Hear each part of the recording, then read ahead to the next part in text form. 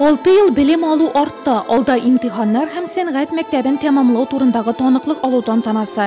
Ильяна Марьякина өчен бу концерт аеруча истәлекле.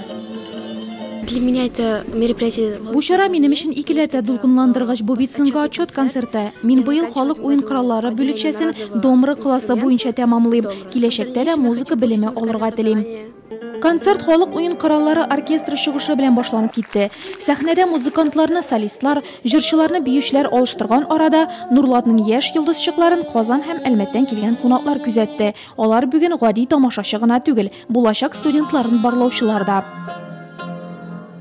Для нас Нурлатская школа искусств – это одна из самых наших уважаемых... Безнең өчен Нурлат сәнгать мәктәбе иң хөрмәтлесе һәм мактаулыларның берсе. Без алар белән күп еллар хезмәттәшлек итәбез. Укытучылар яхшы белем бирә, балаларны бик ярата, яхшы белгечләр әзерлиләр. Без Нурлат сәнгать мәктәбен тәмамлаучыларны үзебездә бик теләп көтеп калабыз.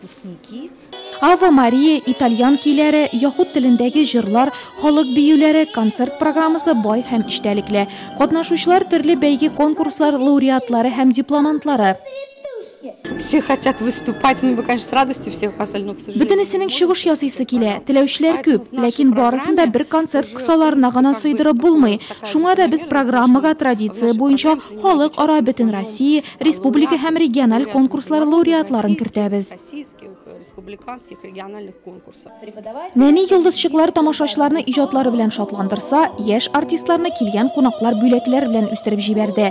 Район башлыгы Равил Кузеров тапшырган мактау кәгазьләре һәм медальләр укучыларның бай копилкасында урын алачак.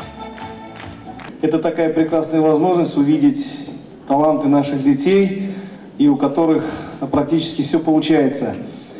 Мы в течение года максимально стараемся подойти с точки зрения организации поездок наших детей на различные конкурсы, фестивали. Может быть, не все они покорят большую сцену, но уверен в одном, что вы будете за них счастливы, а они рады, что у них такая есть возможность участвовать в таких мероприятиях и учиться в такой школе. Нурлат сәнгать мәктәбе быелгы уку елын 1 еллык эшчәнлегенә йомгак ясап тәмамлый. Сәхнәдә барлык бүлекчәләр укучылары сәләтләрен күрсәткән арада Мәдәният сарае фойесында мәктәпнең яшь рәссамнары күргәзмәсе эшләде. Шундый үрләргә ирешкән балаларга, аларның иҗатына кызыгып утырганнарны мәктәптә көтеп калалар. Аларның сәләтләрен укытучыларның төрле яклап ача алуларына концерттан соң беркем дә шикләнми инде.